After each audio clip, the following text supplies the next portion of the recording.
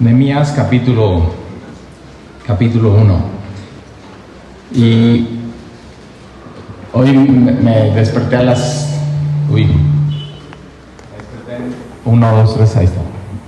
Me desperté muy temprano, como a las 5 de la mañana, como niño chiquito, el primer día de clases, así súper emocionado, porque para mí estas conferencias son muy importantes en mi caminar con el Señor.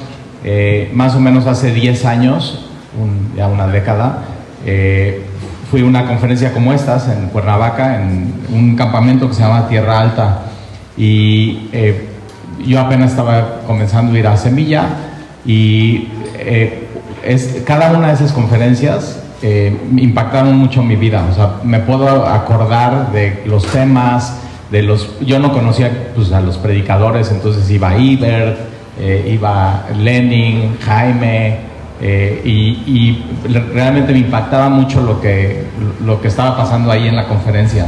Y me encanta que no haya sido en la iglesia, porque entonces si tú eres de Jalapa, pues vienes a otro lugar, no es la iglesia cada domingo y cada miércoles o los discipulados. Si vienes de Puebla, pues te sacamos de Puebla y tienes que venir, y vienes en la carretera y tienes que ir viendo las montañas y llegar a un lugar. Y los que venimos de Veracruz, pues huimos del super calor. Estamos sorprendidos de que aquí no se necesite aire acondicionado. Estamos de veras felices de haber hecho eso. Pero realmente, tómate este día que Dios te sacó de tu casa, de tu lugar, de tu agenda, para poder escuchar la voz de Dios y que realmente tenga un impacto en tu vida. Y Nehemías para mí es uno de mis personajes favoritos del Antiguo Testamento. Acuérdate un poquito de contexto. Ellos van a la cautividad. Entonces Israel es llevado por Asiria, y entonces tienes diferentes imperios en la Biblia y poderes. Entonces tienes Egipto. Ahora, para que sepas un poco de esto, cuando está sucediendo esto con Nehemías, 1000 años antes es la salida de los hijos de Israel de Egipto, y van a la tierra prometida, y están 40 años en el desierto. Y cuando sucede esto de Nehemías que vamos a ver hoy, solamente faltan 400 años para Jesús, para Juan el Bautista. Entonces, más o menos para que nos ubiquemos en la historia. Y entonces Israel es llevado al cautiverio, ¿no? Por, ¿sabes?, su desobediencia, no cumplir la ley, no hacerle caso a Dios, corazones endurecidos, súper legalista todo lo que estaba sucediendo, y son llevados y realmente ellos no regresan. Son lo que se llama las 10 tribus perdidas. El tema es que no están perdidas. Dios sí sabía dónde estaban cada una de ellos, y era su pueblo. Pero cuando sucede esto y el reino dividido después de Salomón con Roboam, parte de las 10 tribus se van a vivir a Jerusalén, y entonces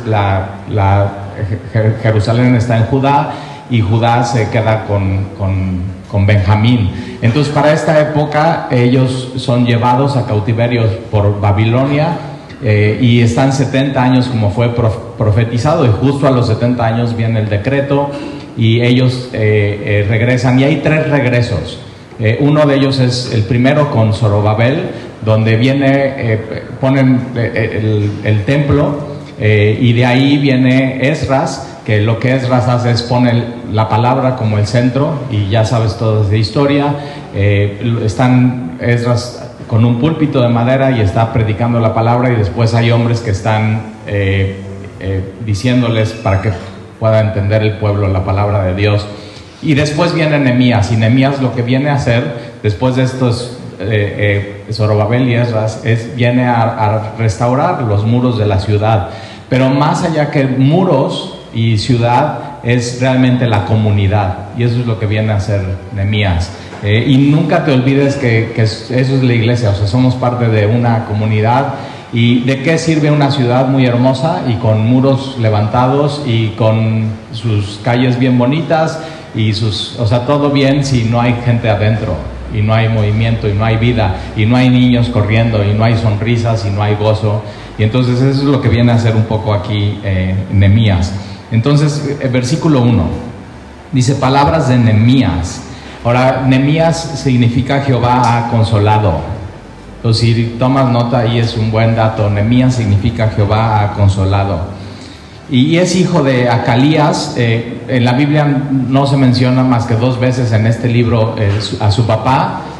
No sabemos mucho acerca de él, pero con un dato que vas a ver ahorita en el versículo 2 te vas a dar cuenta un poco de quién era el papá. Y ya viene, es el Día del Padre, y muchos de los que estamos aquí somos papás, y sí o no es una tarea sumamente difícil y complicada. O sea, alguien puede decir, es facilísimo, ¿no?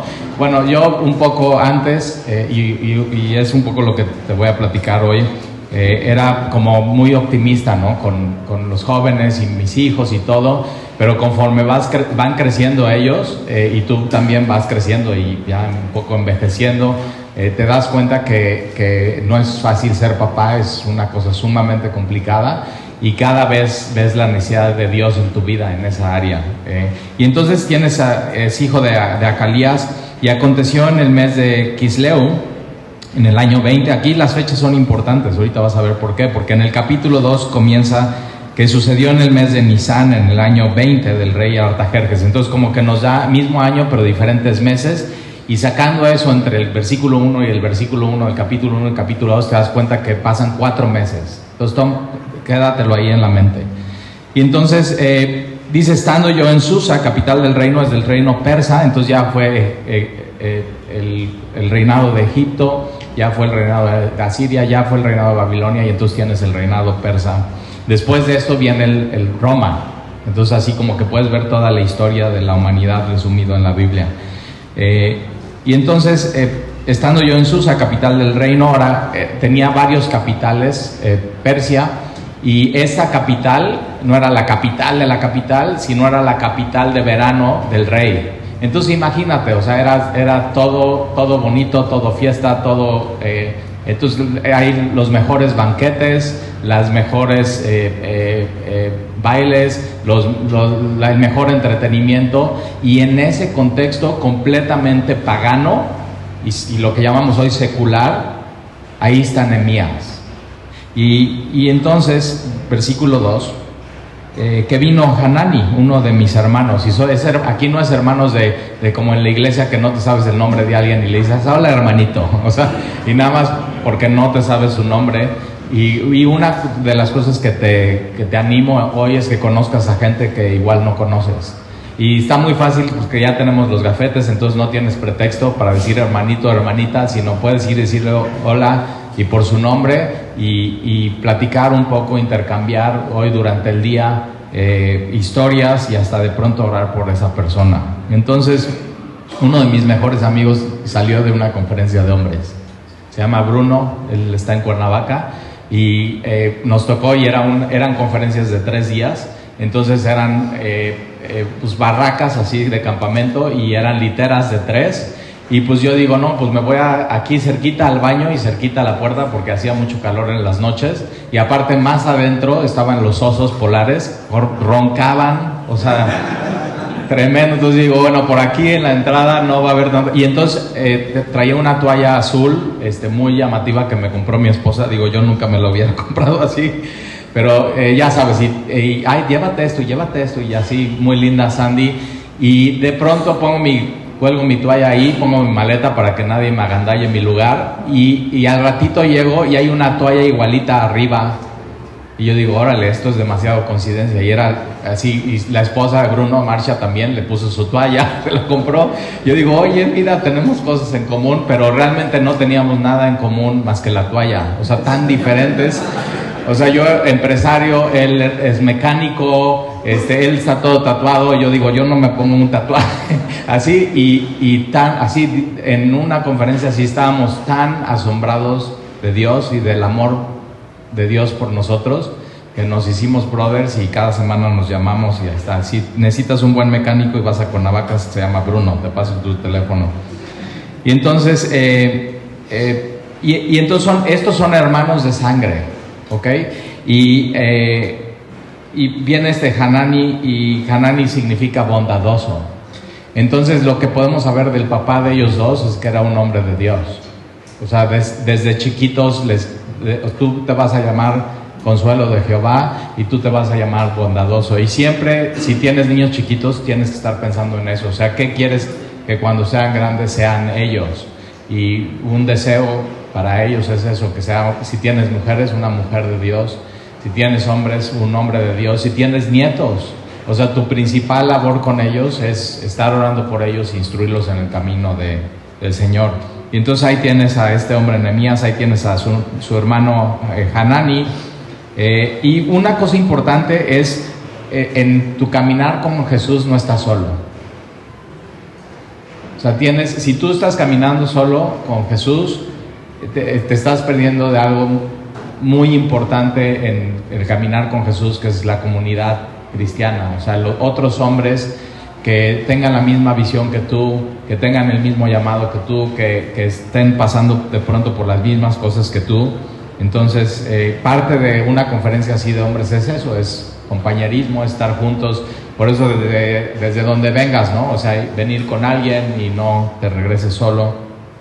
Y entonces aquí tienes a Hanani y Hanani, va con posiblemente con Zorobabel o con Esdras a Jerusalén y regresa. Entre Esdras y Nehemías es un solo libro, nada más nosotros lo cortamos para que sea más práctico, pero entre el final de Esdras y Nehemías pasan 13 años, que realmente como que no pasa nada, como que se queda en pausa. Ahora, para esta época, el muro lleva derribado 150 años. Lo que con Salomón, o sea, David preparó todo, o sea, ya tenía los materiales y tenía los recursos, pero él no puede hacer el templo. Y Salomón hace todo eso, y lo que hizo Salomón en el momento más glorioso de Jerusalén está completamente destruido, y no solamente por un momento, sino por 150 años, en ruinas. Y tenemos cosas tú y yo en nuestra vida que en un momento era muy glorioso, y de pronto hoy podemos ver y dices, no sé qué sucedió, pero está en ruinas y hay cenizas. Puede pasar en tu matrimonio. Empezó muy bien, muy cariñosos, muy amorosos, mucho respeto, mucha comunicación, y de pronto algo sucedió y ruinas.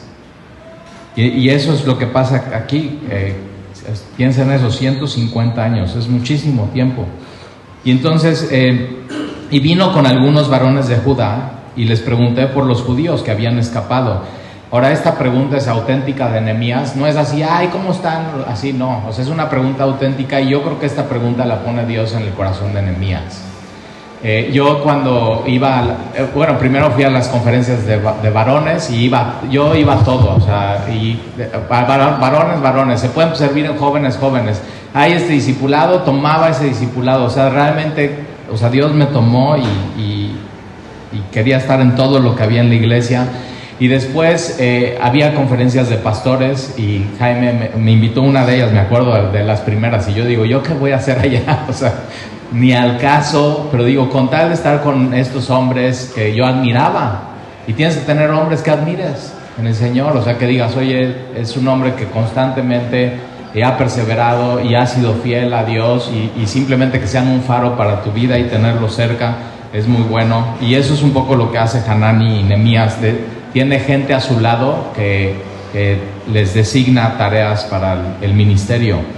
Y entonces estaba ahí en esa conferencia de pastores, y cada año hacían esta conferencia, y yo me acercaba al que era el pastor de Veracruz, se llamaba Freddy, algunos lo conocieron o lo conocen. Y entonces yo iba con Jaime, y ahí estaba Freddy, y Jaime un día me lo presentó, mira, él es el pastor de Veracruz, y yo tenía familia en Veracruz, mi abuelo todavía vivía en Veracruz, y tenía primos y tíos, y yo iba una vez al año a Veracruz, y entonces siempre iba con Freddy, y le decía, Freddy, yo soy tal y yo soy de Veracruz. Él cada año no se acordaba de mí, o sea, yo sí me presentaba una vez más, y él así como, qué bueno que eres de Veracruz, o sea, ¿no? Pero yo, entonces, yo sin saberlo ya estaba preguntando y le decía, ¿cómo está Veracruz? ¿Cómo están los de Veracruz? Y era una pregunta auténtica que se le hacía cada año a Freddy, Y yo a Freddy, sin yo saberlo, le estaba preguntando por cómo estaban los de Veracruz, incluyendo Freddy, que lo conozco, que está en Semilla, Veracruz, que no es ese Freddy, el pastor.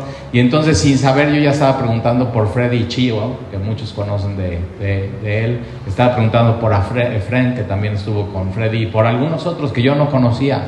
Y eso es lo que le pasa a Nehemías. O sea, él está auténticamente preguntando por gente que no conoce. O sea, Nehemías nunca estuvo en Jerusalén, nunca vivió ahí. O sea, posiblemente ni su papá, porque acuérdate, llevaban 150 años los muros destruidos.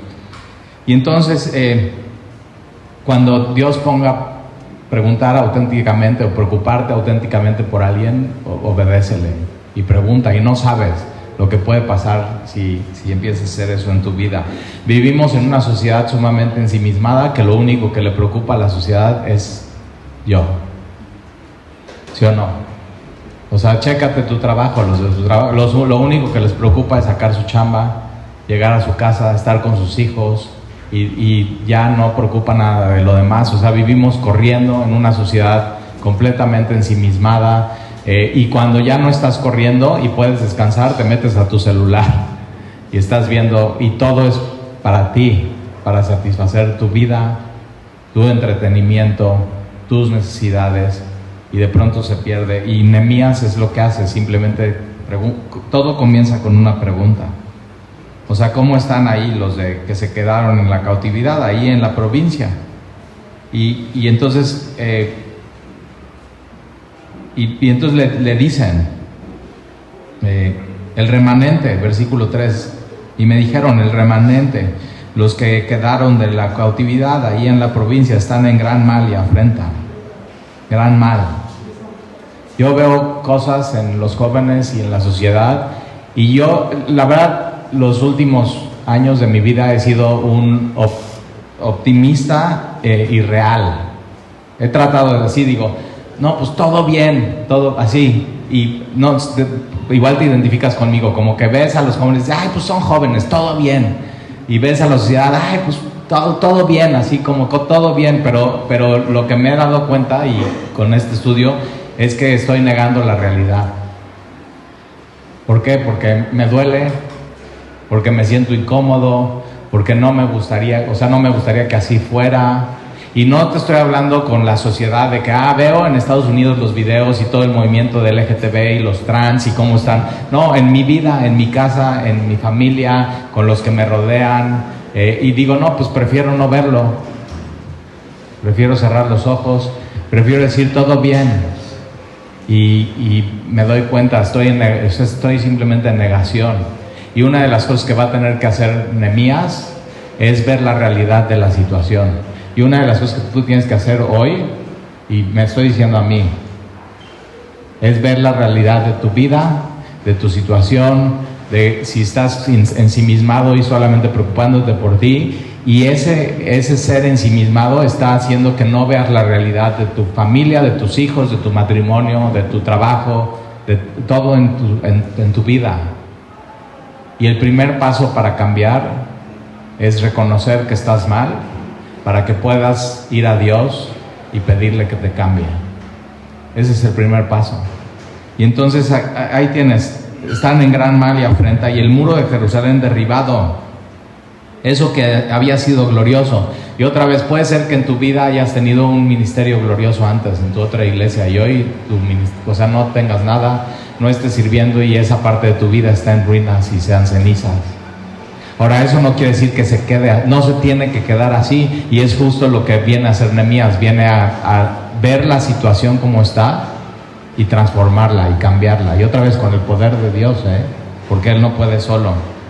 Él termina, en cuanto empieza la tarea de construir los muros y termina, Él lo hace en 52 días.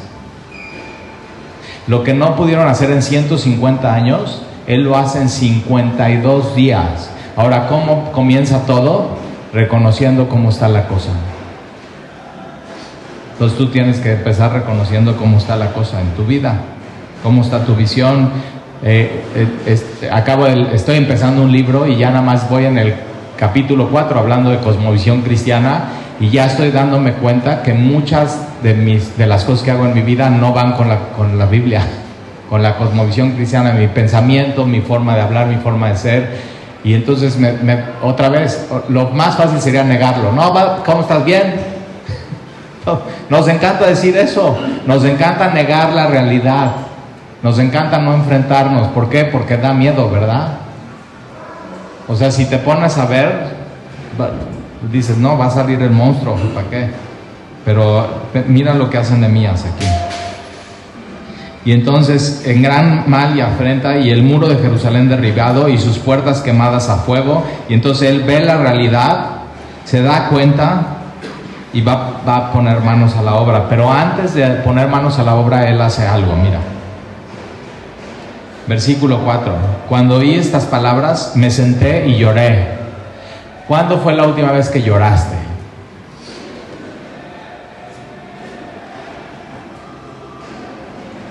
O sea, y aquí esta palabra me senté es un término que usan los judíos actualmente.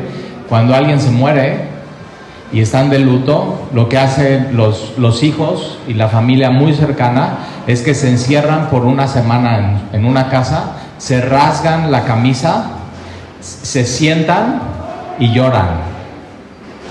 Y eso viene de Job.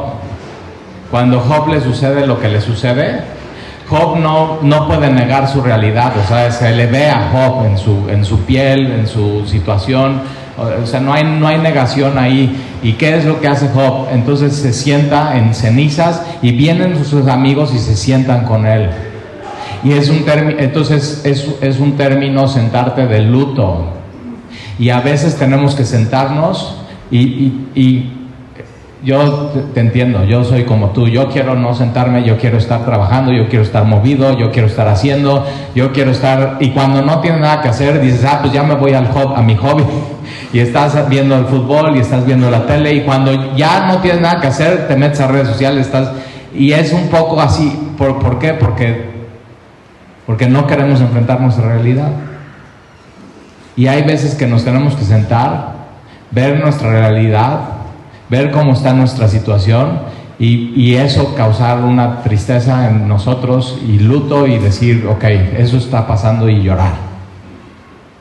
Y se vale. Ya hasta me dieron ganas de llorar. ¿Cuántas cosas no hay mal en tu vida que tienes que cambiar? Y que Dios ya te ha dicho. Y tienes clarísimo, pero simplemente estás huyendo de esa realidad. No está tan mal. Eso decían antes de ir a la cautividad. Y Dios los tuvo que llevar para que ahí ellos pudieran pensar. Y tenemos como hombres que tener momentos en nuestra vida de simplemente sentarnos y pensar, ¿cómo está mi vida? ¿Cómo está mi relación con Dios? ¿Cómo está mi matrimonio? ¿Cómo están mis hijos? ¿Cómo está mi relación con mis hijos? ¿Cómo está mi relación con la iglesia? Y simplemente pensar. Y este es un día para eso, para venir, desconectarnos y pensar. Y tomar medidas y tomar acciones. Y eso es lo que va a hacer Nehemías. Mira, entonces se sienta, llora y hace duelo por algunos días. Si está mal tu matrimonio, mal, y tu esposa está llorando todos los días y tú no has llorado y no te has sentado, y no, ¿por qué? Porque le estás echando la culpa a ella. Tú tienes que hacer esto, tú te tienes que sentar y llorar y estar de luto, porque ¿cómo pudo llegar tu matrimonio a este punto en tu vida? ¿Cómo?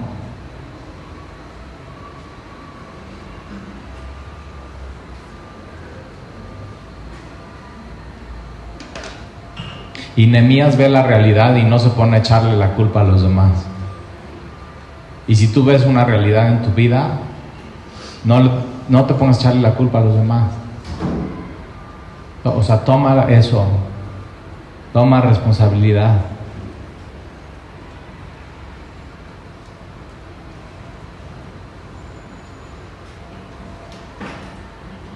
Y entonces hice duelo por algunos días. Y ayuné. Y aquí está, mira, y oré.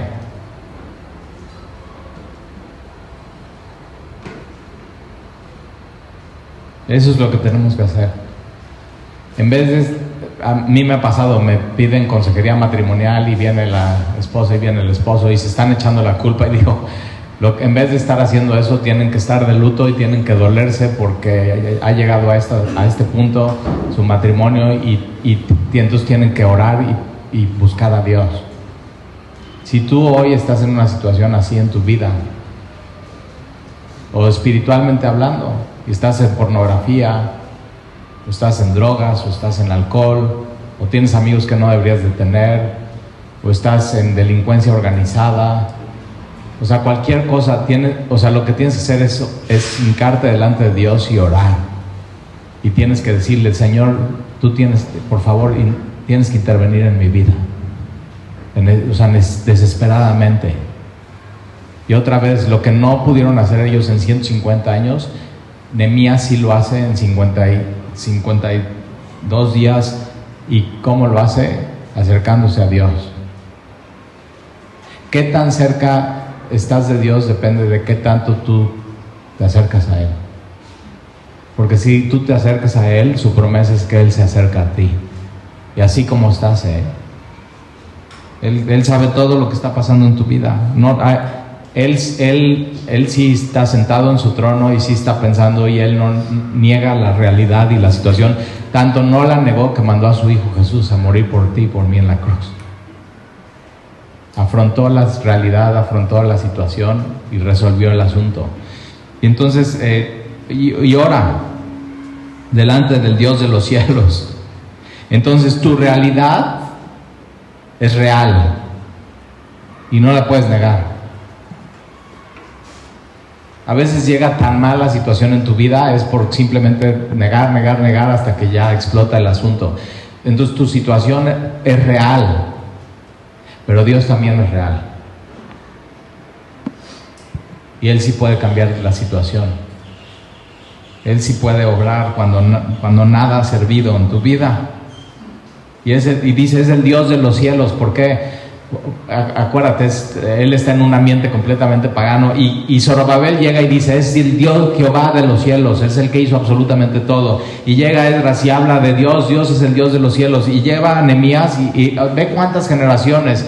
Y entonces sí, en un mundo completamente secular podemos nosotros hablar del Dios que creó todo, de Jehová de los ejércitos. Y sí, ir totalmente contra la corriente de este mundo. Y entonces, versículo 5, y dije, te ruego, ahí está, ya. Si hoy estás en esa situación, tú tienes que te ruego. Entonces yo tengo que ver mi realidad y hoy decirle, Señor, te ruego, te lo ruego, te lo pido, te lo suplico, imploro tu favor, imploro tu gracia, te lo ruego. Ruégale a Dios. Te ruego, oh Jehová, Dios de los cielos, fuerte, grande y temible. Ese es Dios. Yo necesito, en mi realidad, yo necesito este Dios fuerte. ¿Por qué? Porque yo soy débil, ¿sí o no? Tan débil eres que no quieres ver tu realidad. Te da miedo. No sabes cómo resolverlo y no quieres decir.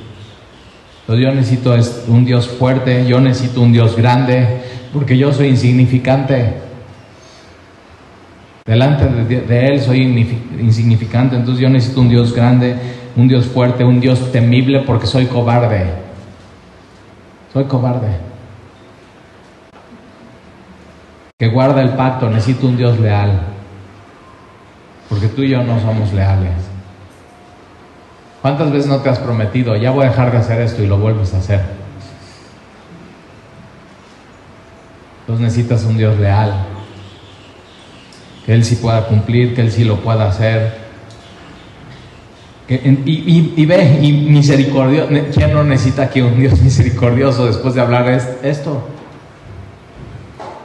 Misericordia, Señor. Y Él es misericordioso. Y dice, a los que le aman y guardan sus mandamientos. Y a Jesús le preguntan eso, ¿cuáles son los dos mandamientos más importantes? Ama a tu Dios, ama a los demás, ama a Dios, guarda sus mandamientos. O sea, entonces, ¿qué es? Nehemías es un hombre que ama a Dios, pero el amor de Dios se ve obedeciendo a Dios. Entonces lo que escuches hoy de su parte, ponlo por obra y obedécelo. O sea, ya no huyas de eso. Entonces, a los que aman y guardan sus mandamientos. Ese es nuestro Dios. Versículo 6.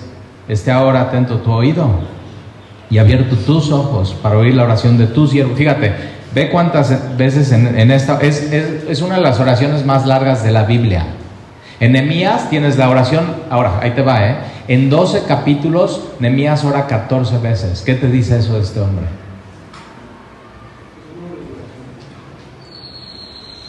Entonces,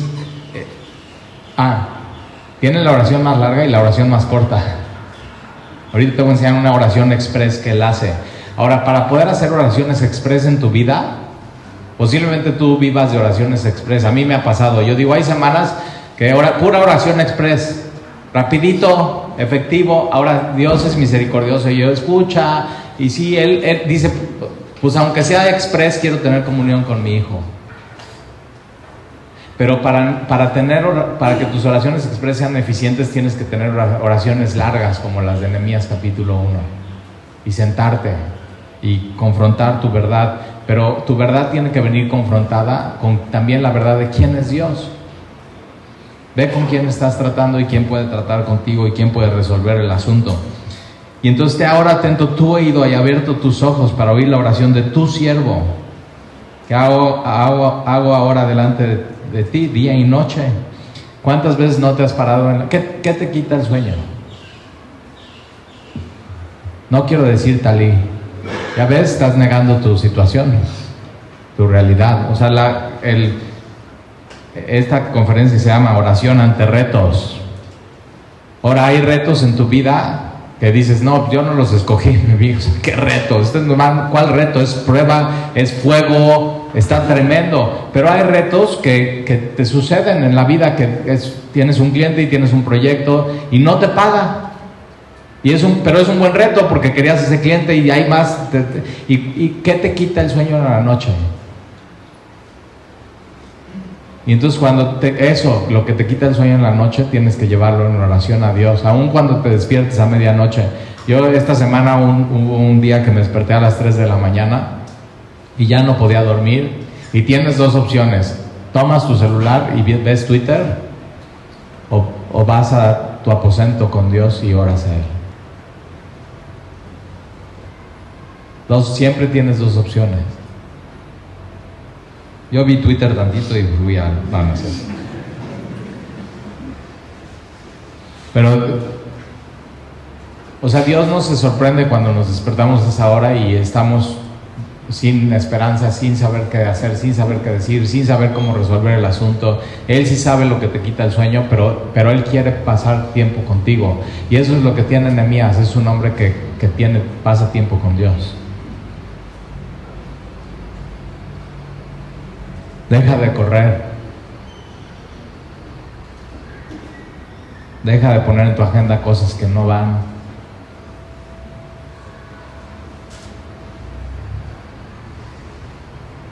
Hago delante de ti día y noche por los hijos de Israel, tus siervos. Ahora, ¿cuántos meses estuvo orando Nehemías? 4. ¿Por qué? Por ir con su jefe. Él era el copero del rey. Ahora, chécate, ser el copero del rey en el palacio real de verano. Nada le faltaba, todo tenía. Y mucha confianza. El copero del rey tenía mucha confianza con el rey. Entonces, no era secretario de gobernación, pero había tanta confianza que el copero del rey probaba toda la comida y el vino del rey. Y entonces, ¿qué estaba haciendo Nehemías? Estaba poniendo su vida por él. Si querían envenenar al rey, tenían que pasar por Nehemías. Ahora, ¿qué hace Nehemías? Él decide poner su vida por los suyos, por su pueblo.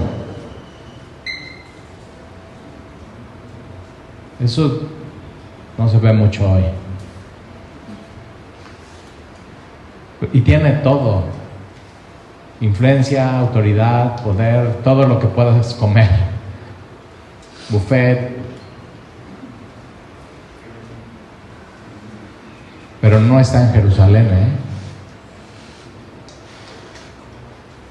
Y Dios, ahorita vamos a ver, Dios dio una promesa que Él iba a poner su nombre en Jerusalén. Y no está en Jerusalén. Entonces tú puedes tener todo. Y no estar donde Dios te quiere que estés. Con Él.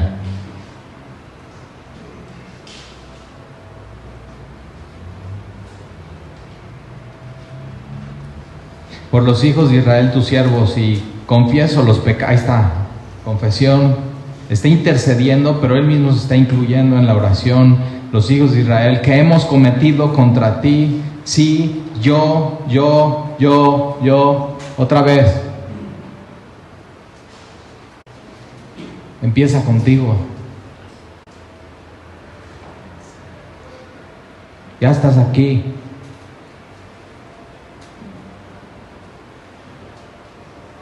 Duele. No quieres. O sea, no quieres llorar. ¿Nunca te ha pasado que tienes ganas de llorar y dices, no, pues no. Y estás así. Ya. Derrama tus lágrimas delante de Dios. Él las guarda en una botella, como testimonio de que Él estuvo ahí cuando tú lloraste y pasaste por eso. Él estuvo contigo, Él está contigo. Es su promesa. Sí, yo y la casa de mi padre hemos pecado. En extremo nos hemos corrompido contra ti. Si hoy no podemos decir eso, ¿quién no se ha corrompido aquí? ¿Quién no ha pecado? ¿Quién? Todos somos pecadores, nadie buscaba a Dios. ¿Y qué sucedió? ¿Por qué estamos aquí? Porque Él vino y nos salvó, Él vino y nos rescató, Él hizo todo por nosotros. Ahora no te olvides, de dónde Dios te sacó. Yo estoy aquí, tengo que vivir esta conferencia como la primera conferencia que fui hace 10 años, cuando estaba completamente enamorado de Dios. Que no había religiosidad en mi vida, que no había ministerio, que no había nada, que no importaba lo que dijeran de mí, ni me conocían. Entonces eso, aprovecha este día, este tiempo hoy con el Señor. En extremo nos hemos corrompido contra ti y no hemos guardado los mandamientos. Él está diciendo, por eso estamos aquí en cautiverio, por nuestra culpa, por esos 70 años, por eso las murallas están destruidas por nosotros. No fuiste tú, Dios, fuimos nosotros. Pero tú eres fuerte, pero tú eres grande, pero tú eres misericordioso. Y Él prometió algo. Dios había prometido algo. Versículo 8, y entonces acuérdate Dios de lo que prometiste, no porque Él se le olvide, Él no se le olvida. Acuérdate ahora de las palabras que diste a Moisés tu siervo, diciendo, si vosotros pecareis y os dispersáis por los pueblos. O sea, ya estaba esta provisión. Si pecan, van a ser dispersados y van a ir lejos, pero si os volvieras a mí, aquí está, esto es Dios está diciendo eso, regresa a mí. Si hoy estás lejos, regresa. Dios te está diciendo, vuelve a mí.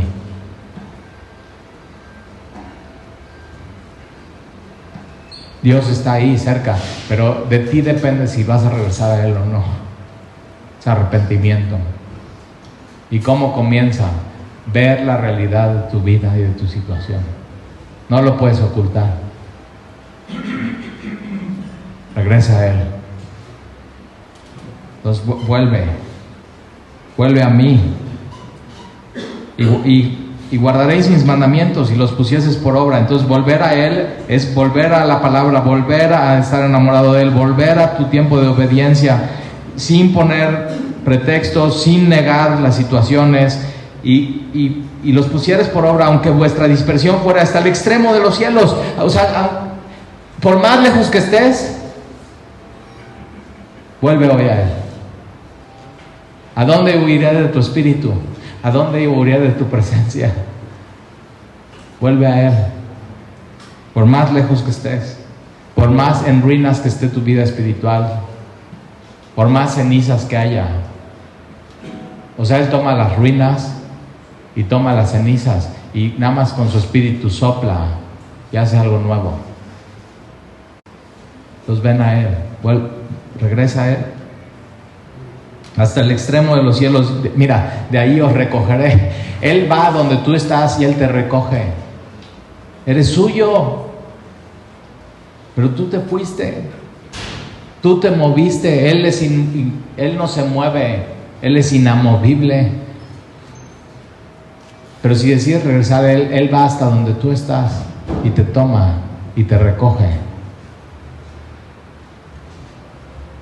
Y os traerá al lugar que escogí para hacer habitar ahí mi nombre. Entonces, fíjate, los va a llevar a casa, a Jerusalén. Y entonces ahí Nehemías se estaba dando cuenta, aquí tengo todo, pero hay un lugar mejor. Y Nehemías deja todo. ¿Pero qué toma? Todo. Es Mateo, sígueme. Uy, pero tengo que dejar todo. Sí, pero ¿qué ganas? Todo. No, date cuenta, no pierdes nada. Ya estabas perdido, Mateo. Sígueme.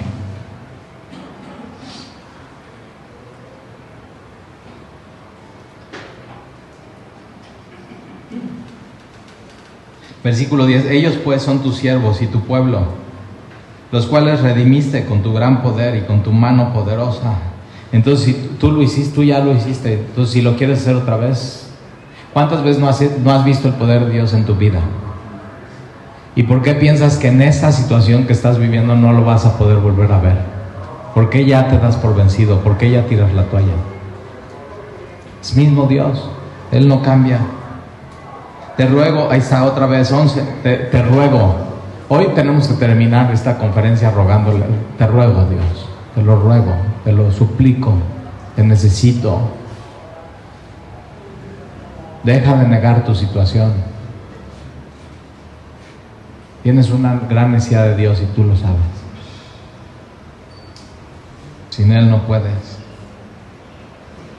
Te ruego, Jehová, esté ahora atento tu oído a la oración de tu siervo y a la oración de tus siervos. Ahí está. Entonces Nehemías no tiene que orar solo, puede orar con los demás. No tienes que estar solo en tu situación. Puede gente orar por ti y contigo y de ti, y hasta cuando tú no estés orando puede ser que haya alguien orando por ti.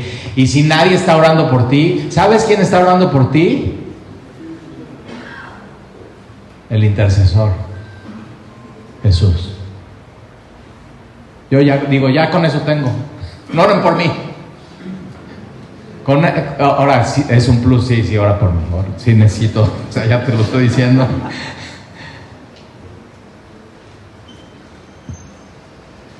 Quienes desean reverenciar tu nombre, concede ahora buen éxito.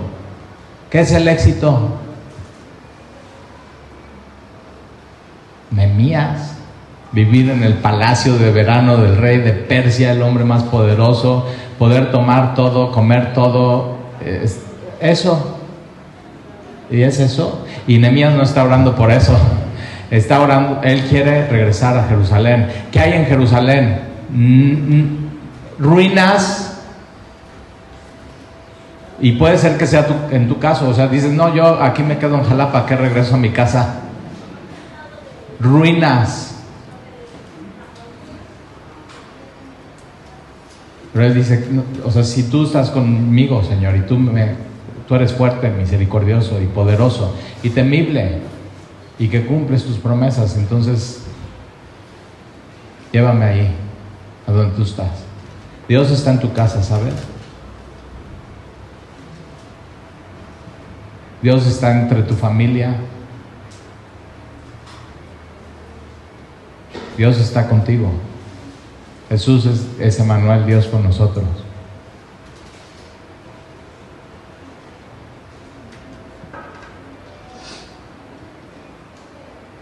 Ahora buen éxito a tu siervo. Dejar Persia para ir a Jerusalén. O sea, en Persia se codeaba con crema y nata de la sociedad, y en Jerusalén, ¿quiénes están? Pedacera.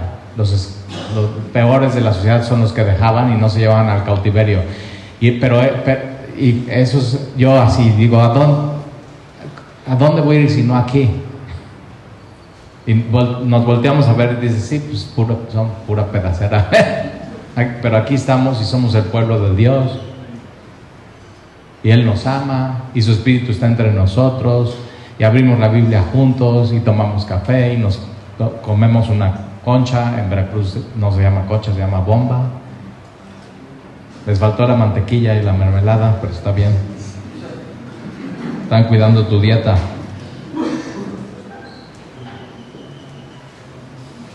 Y ahora, buen éxito a tu siervo y dale gracia.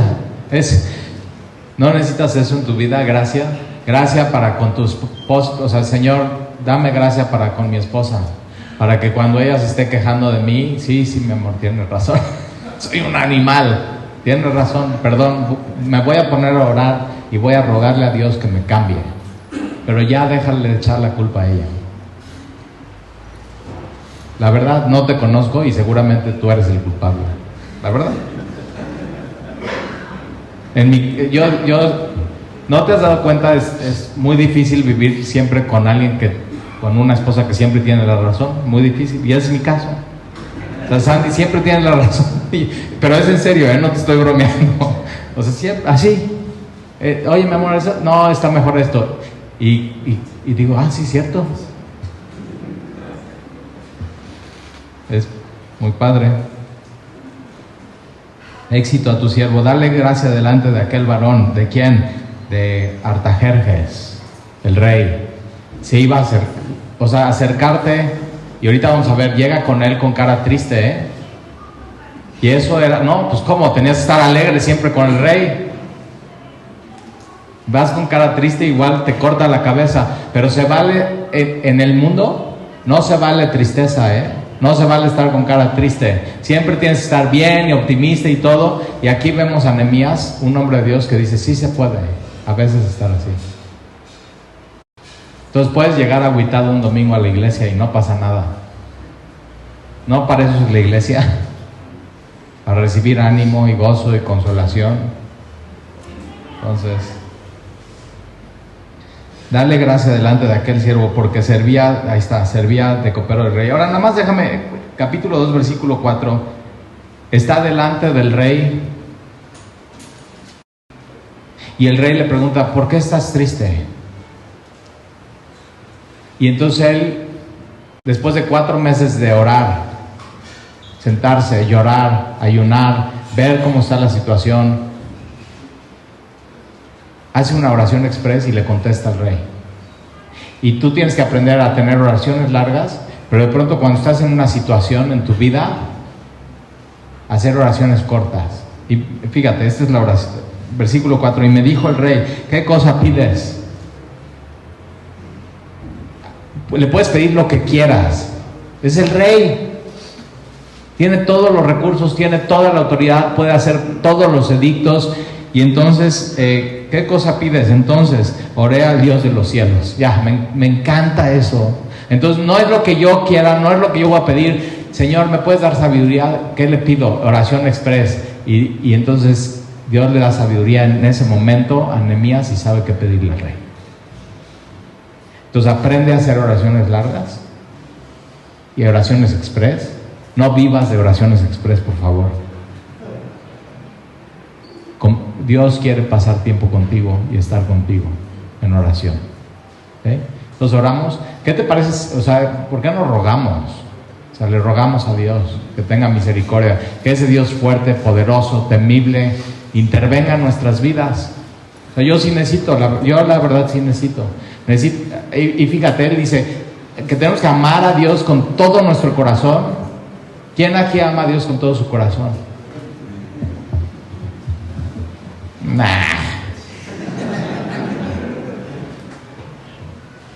Con toda tu mente. Todos tus pensamientos están todo el tiempo amando a Dios. Y la mente es el intelecto, o sea, todas tus decisiones es por el filtro de la Biblia. Eso es con lo que Dios me está confrontando hoy, así. Y entonces digo, no, te ruego, Señor, cambia mi mente, renueva mi entendimiento, ayúdame. Necesito un Dios fuerte, temible.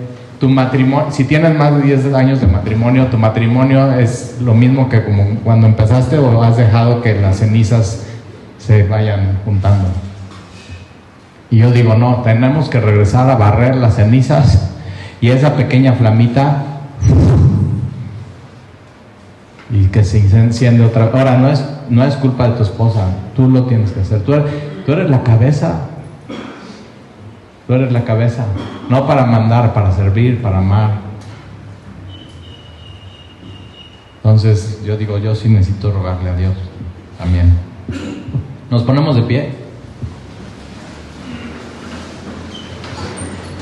Igual puedes poner tu mano en la persona de al lado y puedes, primero ora por ti, o sea, ora por ti, que Dios te cambie, que Dios te renueve, pero después tómate un momentito y ora por la persona que está, y dile, Dios, te pido por mi hermano, y ahí está su etiqueta, entonces dile, te pido por él, que él lo llenes de tu espíritu, que derrames tu misericordia, tengas gracias, que pueda regresar a hacer las cosas que tiene que hacer a su casa, que este sea un tiempo de que se siente y piense, y que no niegue su situación, sino la enfrente hoy.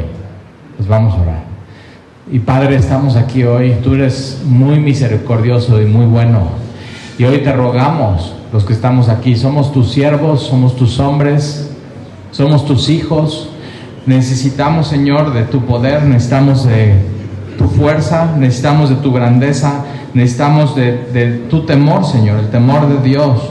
Necesitamos del Dios de los cielos, tú que eres fiel, eres leal, que guardas el pacto y la misericordia con aquellos que te aman. Y hoy nos acercamos a ti, Señor, porque te necesitamos, y traemos nuestras ruinas y traemos nuestras cenizas, Señor, para que tú durante este día nos sigas hablando y las transformes. Queremos regresar, Señor, a nuestras ciudades totalmente cambiados, a nuestros hogares renovados, y que este año que sigue, Señor, y los meses que sigan sean totalmente diferentes, Señor. Y te lo pedimos, te lo rogamos, Señor. Ahora ora por la persona que está a tu lado y al otro lado.